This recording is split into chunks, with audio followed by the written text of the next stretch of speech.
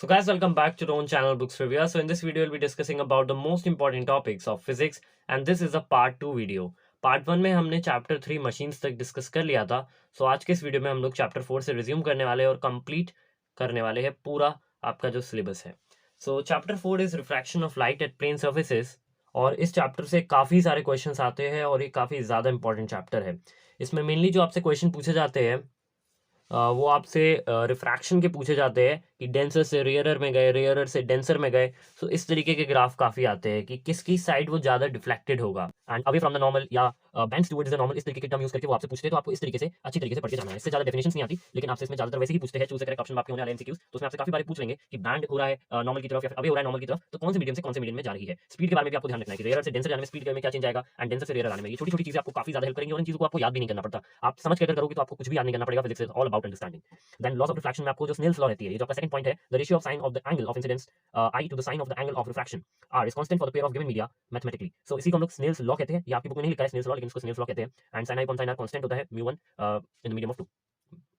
और छोटे मोटे न्यूमेरिकल्स आपके वेवलेंथ वाले फॉर्मूले पे बन जाते हैं, v equal to f lambda. तो ये काफी ज्यादा इंपॉर्टेंट होते हैं और ये आप 9 से भी पढ़ते आ रहे हो, तो उसमें छोटे मोटे वही फॉर्मूला वाले क्वेश्चंस बन जाते हैं. इसके बाद म्यू जो आपका रिफ्रैक्टिव इंडेक्स रहता है, उसके ऊपर काफी सारे क्वेश्चंस आते हैं. आपको speed of light in air दे देंगे और स्पीड ऑफ लाइट को भी एक मीडियम में दे देंगे. आपसे कहेंगे रिफ्रैक्टिव इंडेक्स निकालो, तो आप उसको आराम से जो फॉर्मूला दिया है कैलकुलेट कर सकते हो. इसके बाद आपको काफी सारे इसमें ही आपकी बुक में एग्जांपल्स दिए हुए हैं. सो मैं आपको रिकमेंड करूंगा कि जो आपको इसमें कॉमन सब्सटेंसेस के रिफ्रैक्टिव इंडेक्स दिए हुए हैं ये आप याद कर ले. मेनली वैक्यूम में, एयर में, आइस में, वाटर में और डायमंड में, कार्बन डाइसल्फाइड में, इन 4-5 में तो आप अच्छी तरीके से याद रखें. क्वार्ट्ज में भी काफी बार पूछा गया है. Diamond, vacuum, air, ice and water, ये ज्यादा इंपॉर्टेंट है और इसमें बहुत क्वेश्चन बनते हैं.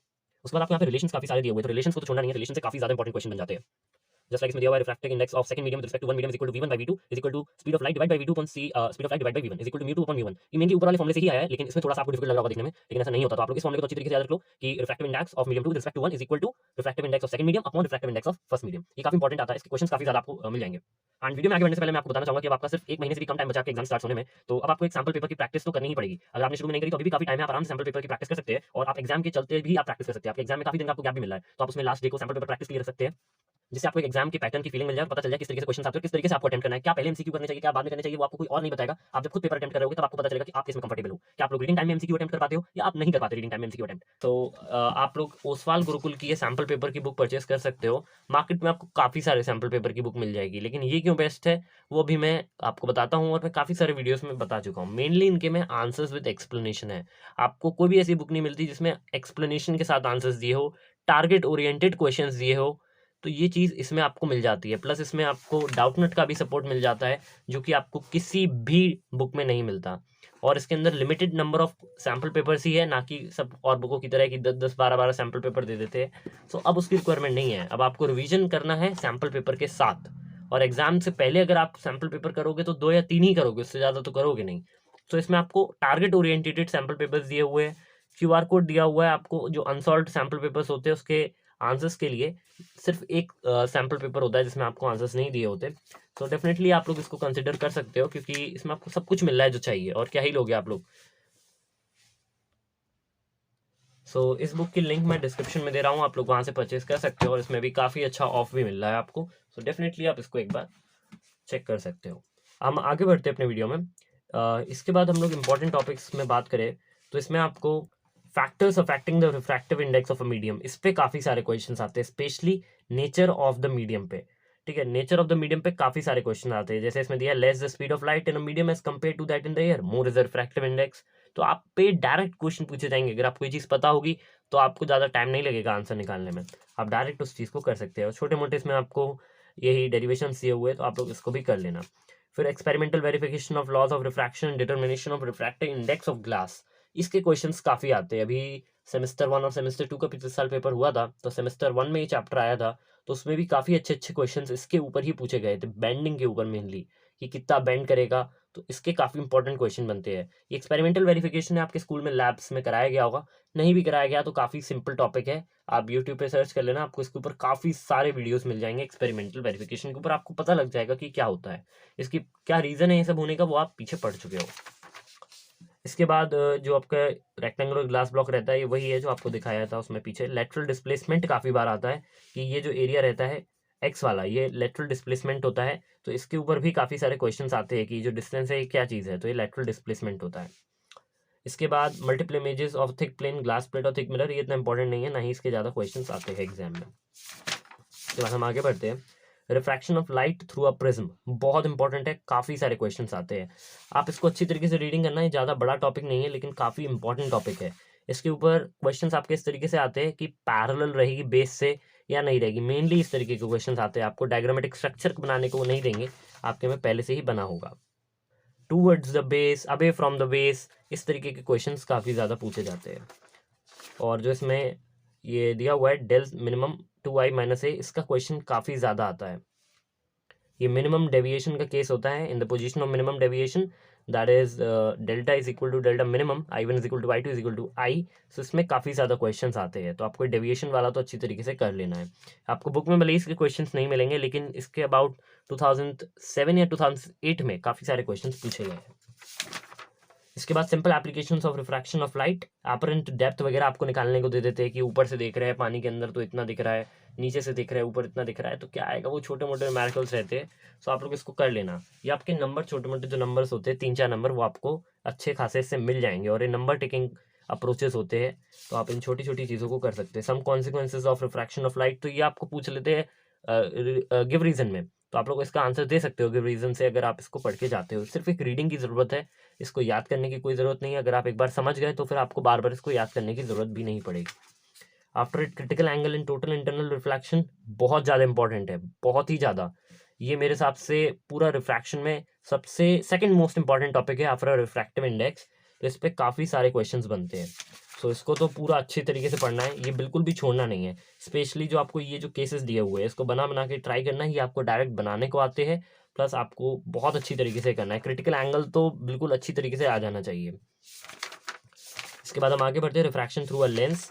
तो आपको ये सब जो टर्म्स इसमें दिए हुए हैं, इसकी डेफिनेशंस काफ़ी बार एग्जाम में आती है, सो आप इसकी डेफिनेशंस पढ़ सकते हो। आगे बढ़ते हैं, formation of image by lens. आपको इमेज बनाने को काफ़ी बार एग्जाम में वो दे देता है कि इमेज आपको कंप्लीट करनी होती है, बनानी होती है।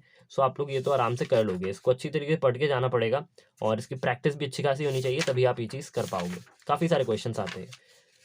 आप ये जो टेबल दी हुई है, relative position of the object and image in convex lens, इस टेबल को अच्छी तरीके से करके जाना। आपको पोजीशन बता देते हैं वो ऑब्जेक्ट की, और आपको इमेज की पोजीशन निकालनी होती है। अब आप बार बार तो डायग्राम नहीं बनाओगे, सो आप पोजीशन ऑफ ऑब्जेक्ट को अच्छी तरीके से याद कर लेना। आपको पोजीशन ऑफ इमेज याद करनी है, साइज याद करना है, नेचर याद करना है, एप्लीकेशन का ज़रूरत नहीं है, लेकिन आप position of image, object, size, nature, इसको अच्छी तरीके से याद करके जाना। आपका 95% क्वेश्चन बन जाएंगे। डायग्रामेटिक क्वेश्चंस भी इतने नहीं आते एग्जाम में जितने ये वाले आते हैं। आपका मल्टीपल चॉइस क्वेश्चन पेपर होने वाला है, तो ये तो बहुत आने वाले हैं, और 1 नंबर 2 नंबर के क्वेश्चंस में काफ़ी ज़्यादा आते हैं। Then relative positions of the object and image in a concave lens, इसके भी काफ़ी सारे क्वेश्चंस आपको मिल जाएंगे। इसके बाद हम आगे बढ़ते हैं, sign convention and lens formula. So इस टॉपिक से भी आपके काफ़ी सारे न्यूमेरिकल्स बनते हैं, एंड ये वन ऑफ द मोस्ट आर्ग्स न्यूमेरिकल्स रहते हैं एग्जाम में, स्पेशली आईसीएसई में। सीबीएसई में इसके ज़्यादा रोल नहीं होता लेंस मेकर फॉर्मूला का, लेकिन आईसीएसई में इसके काफ़ी सारे क्वेश्चंस आते हैं, तो आपको इसको अच्छी तरीके से करके जाना है, और इससे एग्जाम्पल की प्रैक्टिस अच्छी से लगा के जानी है। इसके बाद magnifying glass and application of lenses, इसका बहुत कम आता है, लेकिन आपको जो छोटे मोटे एप्लीकेशंस होते हैं सिर्फ वो पढ़ के जाना है। एक्सपेरिमेंट्स पढ़ने की जरूरत नहीं है आपको, जो यहाँ पे सब दिया हुआ है इन सब चीज़ों को पढ़ने की जरूरत नहीं है। एप्लीकेशन ऑफ लेंसेज आपको अच्छी तरीके से पढ़ के जाना है, ये आपका मोस्ट इंपॉर्टेंट रहेगा। इसके बाद हम स्पेक्ट्रम की तरफ आते हैं। स्पेक्ट्रम में ज़्यादातर चीज़ें आपको याद करनी होती है, और इसमें आपका इलेक्ट्रोमैग्नेटिक स्पेक्ट्रम जो रहता है ये सबसे ज़्यादा इंपॉर्टेंट है, और इसके काफ़ी सारे क्वेश्चंस बनते हैं। प्रॉपर्टीज़ बहुत अच्छी तरीके से याद करनी होती है। आप देख सकते हैं बुक में मेरी भी इसी चैप्टर में सबसे ज़्यादा अंडरलाइनिंग हो रही है, सो ये काफ़ी ज़्यादा आता है।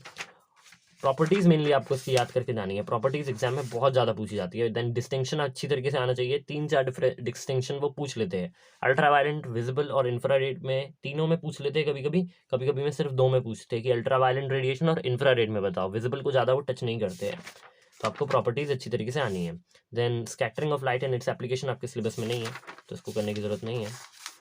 आफ्टर इट आपको साउंड का चैप्टर देखने को मिलता है, और साउंड में भी आपकी loudness, pitch, quality of sound, ये सब आपका आ रहा है, लेकिन कैरेक्टरिस्टिक्स नहीं आ रही। डेफिनेशंस एंड फैक्टर्स अफेक्टिंग ही करने हैं, बाकी करने की जरूरत नहीं पड़ेगी। Then reflection of sound waves में एंड इकोज में, ये चीज़ें आपकी जो छोटे मोटे फॉर्मूलेज रहते हैं इसके क्वेश्चंस काफ़ी बन जाते हैं, लेकिन इतना ज़्यादा इंपॉर्टेंट नहीं है। देन आपको d is equal to VT/2, इससे क्वेश्चंस काफ़ी ज़्यादा मिल जाएंगे, तो ये अच्छी तरीके से करके जाना है। Determination of speed of sound by the method of echo, ये काफ़ी अच्छी तरीके से आना चाहिए, इसके काफ़ी सारे क्वेश्चंस आते हैं। Then use of echoes by sonar, इसका भी आपको आना चाहिए। सोनार की वो फुल फॉर्म पूछ लेते हैं, अभी सेमेस्टर 1 में पूछी गई थी फुल फॉर्म, तो आप इस चीज़ को अच्छी तरीके से करके जाना। The natural damped force vibration and resonance, इसके क्वेश्चंस ज़्यादा नहीं आते, लेकिन आपको इसके ग्राफ करके जाने हैं। प्रीवियस ईयर सेमेस्टर 1 में भी ग्राफ के ऊपर MCQ में आया था क्वेश्चन, और काफ़ी बच्चे उसको गलत कर आए थे। स्पेशली जो डैम्प्ड वाइब्रेशन रहता है उसके क्वेश्चंस बहुत आते हैं एग्जाम में, तो अच्छी तरीके से करके जाना। आप लोग देखोगे अगर प्रीवियस ईयर का क्वेश्चन, तो आपको उसमें काफ़ी सारे देखने को मिले होंगे। देन फोर्स वाइब्रेशन के ज़्यादा क्वेश्चंस नहीं आते, लेकिन रेजोनेंस के बहुत ज़्यादा क्वेश्चंस आते हैं। फोर्स वाइब्रेशन रेजोनेंस में फ़र्क इतना होता है कि छोटा मोटा फ़र्क होता है, ज़्यादा बड़ा नहीं होता। जब जो अपनी फ्रिक्वेंसी रहती है एक्सटर्नली अप्लाइड पीरियोडिक फोर्स की, और जो नेचुरल फ्रिक्वेंसी रहती है वो इक्वल हो जाती है, तब रेजोनेंस का फिनोमेना होता है। तो बस ये फ़र्क रहता है, लेकिन फोर्स वाइब्रेशन से क्वेश्चन नहीं आते, रेजोनेंस से ज़्यादा क्वेश्चन आते हैं, क्योंकि resonance is a part of force vibration only. तो इसका क्वेश्चन काफ़ी ज़्यादा आते हैं। इसके रीजंस आपसे पूछे जाते हैं कि ये रेजोनेंस की वजह से हुआ या नहीं हुआ, तो आपको वो चीज़ अच्छी तरीके से करके जानी है और समझ के जाना है, क्योंकि जो इसमें बुक की एग्जाम्पल दी है उससे हट के एग्जाम्पल्स आते हैं। तो वो तो आपकी प्रैक्टिस तभी होगी जब आप सैम्पल पेपर्स और प्रीवियस ईयर के क्वेश्चंस लगाओगे। जो आपको उसके बुक के एग्जाम्पल्स दिए वो स्पेशली नहीं पूछे जाते, बाहर के ही एग्जाम्पल वो पूछते हैं।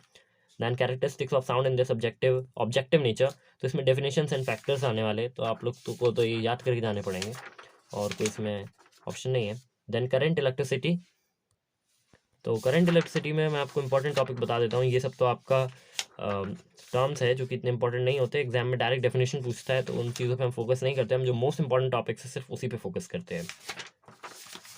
तो choice of material of wire, इस पे काफ़ी सारे क्वेश्चंस बनते हैं कि किस तरीके की चॉइस करनी है। स्पेसिफिक रेजिस्टेंस और रेजिस्टिविटी पे काफ़ी सारे क्वेश्चंस बनते हैं, सो ये आपको अच्छी तरीके से करके जाना है। देन VI ग्राफ और conductor at 2 temperature, VI graph काफ़ी ज़्यादा आता है, आपको 2 टेम्परेचर में ग्राफ बना के दे देंगे, and you need to differentiate that which one is bigger and which one is smaller. So ये तो अच्छी तरीके से करके चले ही जाना। देखो इस तरीके के क्वेश्चंस आ जाते हैं आपको। So which conductor is ohmic and which conductor has more resistance, give reason to your answer. तो इस तरीके के क्वेश्चंस काफ़ी ज़्यादा आते हैं, सो ये चीज़ आपको अच्छी तरीके से करके जानी है।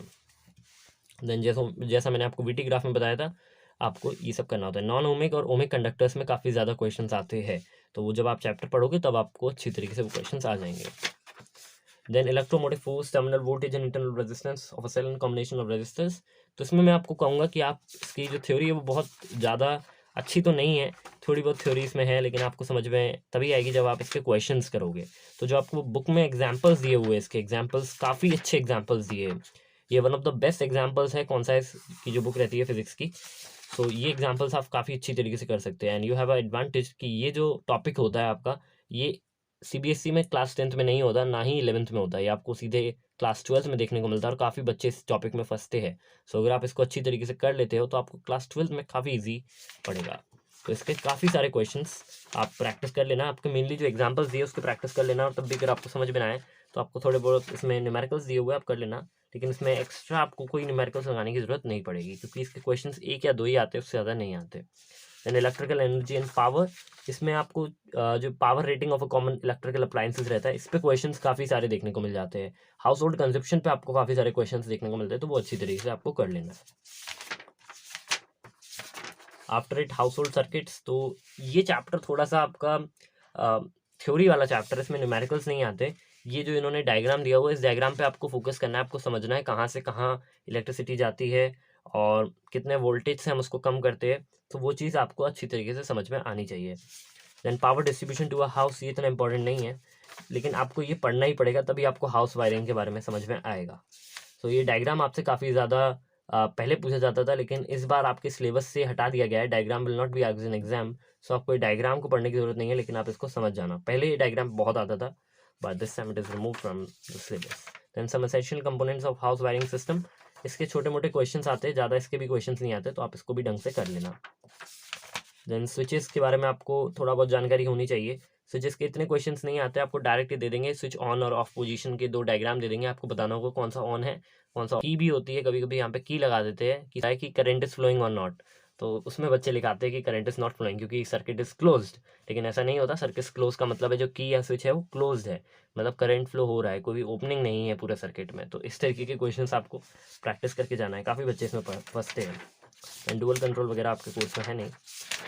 देन हम इलेक्ट्रोमैग्नेटिज्म की तरफ बढ़ते हैं। इलेक्ट्रोमैग्नेटिज्म में मेनली जो इंपॉर्टेंट क्वेश्चंस आते हैं वो आपके इलेक्ट्रोमैग्नेट वगैरह से थोड़े बहुत आ जाते हैं, और कंस्ट्रक्शन से तो इतने क्वेश्चंस आपके नहीं बनते हैं, लेकिन आपको जो आई शेप्ड बार रहता है इसके क्वेश्चंस काफ़ी ज़्यादा आते हैं।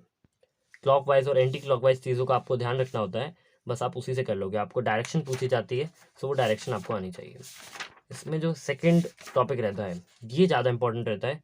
इसमें आपको क्वेश्चंस थोड़े बहुत मिल जाते हैं। F is equal to i b l, वैसे तो i b l sine theta होता है, इन्होंने यहाँ पे दिया हुआ है आई बी एल क्योंकि आपके कोर्स में सब चीज़ें थी नहीं, लेकिन असलियत में आई बी एल साइन थीटा होता है। सो ये चीज़ भी आपको अच्छी तरीके से पढ़ के जानी है। इसकी मेनली यूनिट पूछी जाती है, तो इसकी यूनिट टेस्ला रहती है, जो अपना मैग्नेटिक वाला रहता है। मैग्नेटिक इंटेंसिटी आप मैग्नेटिक फील्ड भी बोल सकते हो। देन आपको electromagnetic induction and its application to AC and generator and transformer. So इसमें थोड़े बहुत क्वेश्चंस आते हैं, लेकिन ज़्यादा क्वेश्चंस इससे आते नहीं है। लेकिन जो इसमें फैराडे एक्सप्लेनेशन है, बहुत अच्छा एक्सप्लेनेशन है। इसके क्वेश्चंस काफ़ी ज़्यादा आपको एग्जाम में देखने को मिल जाते हैं, और आपके स्कूल्स में भी, कोचिंग्स में भी काफ़ी अच्छी तरीके से चीज़ समझाई गई होगी। एंड एसी जनरेटर आपके कोर्स में है नहीं, और ट्रांसफार्मर्स वगैरह भी नहीं है, तो इसमें काफ़ी ज़्यादा टॉपिक आपके डिडक्ट हो गए हैं सिलेबस से। दैन कैलोरीमीटर में मेनली इसके जो न्यूमेरिकल्स रहते हैं वो बहुत आते हैं, तो न्यूमेरिकल की तो प्रैक्टिस इसमें आपको लगानी पड़ेगी। Change of phase and latent heat के काफ़ी सारे क्वेश्चंस आते हैं as compare to the previous unit. So आपको ये इसके क्वेश्चंस काफ़ी अच्छी तरीके से प्रैक्टिस लगा लेने हैं। आफ्टर इट हम लोग रेडियो एक्टिविटी में बढ़ते हैं। तो रेडियो एक्टिविटी में आइसोटोप्स और आइसोबार्स के बारे में आपसे थोड़ा बहुत पूछ लेते हैं, और ये आपको अच्छी तरीके से करके जाना है। डिफ्लेक्शन सबसे ज़्यादा पूछते हैं कि अल्फा, गामा और बीटा में डिफ्लेक्शन को एक्सप्लेन करो, तो डिफ्लेक्शन आपको आना चाहिए। And properties of alpha, beta and gamma radiations, तो इसमें आपको छोटे मोटे प्रॉपर्टीज पूछ लेंगे। स्पेशली आपको लिखने को नहीं देंगे प्रॉपर्टीज, वो आपको एक प्रॉपर्टी दे देंगे और कहेंगे कि किसकी प्रॉपर्टी है, तो वो आपको वो चीज़ बतानी पड़ेगी। प्लस कंपैरिजन करने को काफ़ी दे देंगे, तो आपको इसमें डिस्टिंक्शन भी दिया हुआ है, तो डिस्टिंक्शन को तो अच्छी तरीके से करके जाना, बहुत पूछा जाता है एग्जाम में। आयोनाइजिंग पावर के ऊपर बहुत क्वेश्चंस आते हैं। देन पेनिट्रेटिंग पावर के अंदर बहुत सारे क्वेश्चंस आते हैं, तो इस चीज़ को अच्छी तरीके से कर जाना। And change with in the nucleus in alpha, beta and gamma emission, इसको अच्छी तरीके से करके जाना है। प्लस इसमें ये वाला जो आपका नोट दिया रहता है, इसमें काफ़ी बच्चे फंसते थे, तो वो सोचते थे कि प्रोटॉन के अंदर से क्या कब से इलेक्ट्रॉन निकलने लगा। सो ऐसा नहीं होता, वो जो प्रोटॉन अंदर का होता है वो अपने आप को इलेक्ट्रॉन में कन्वर्ट कर लेता है and then it get emitted. So इसके ऊपर काफ़ी सारे क्वेश्चंस बन जाते हैं। इसके बाद बैकग्राउंड रेडिएशंस के काफ़ी सारे क्वेश्चंस बने हैं, आपको इंटरनल सोर्सेज और एक्सटर्नल सोर्सेज के एग्जांपल्स देने होते हैं, तो ये भी अच्छी तरीके से कर लेना। आगे बढ़ते हैं। इसके बाद न्यूक्लियर फ्यूजन है, जो कि सिलेबस में नहीं है, तो वो करने की ज़रूरत नहीं है। And here we come and to the book. So मैंने आपको पूरे सिलेबस को एक्सप्लेन कर दिया है कि कौन कौन से टॉपिक आपके इंपॉर्टेंट है। करीबन 20 मिनट्स का वीडियो बन चुका है, लेकिन मुझे लगता है कि आपको इस वीडियो से काफ़ी हेल्प मिली होगी। जो पार्ट 1 था उसका मैं लिंक डिस्क्रिप्शन में दे रहा हूँ, आप लोग जरूर से उसको भी देख लेना। उसमें फर्स्ट 3 चैप्टर के बारे में डिस्कशन हुआ था, and this is a part 2 in which we discussed from chapter 4 to chapter number 12, and we have completed the whole topic. And for the next we will be shifting to chemistry. So अब आपको chemistry का most important topic का video देखने को मिलेगा। Most probably आपको one shot में ही मैं दे दूंगा, पार्ट में उसको कन्वर्ट करने का देखेंगे, ज़रूरत पड़ी तो करेंगे, ज़्यादा बड़ा अगर वीडियो हो जाता है। So thank you so much for watching, have a good day.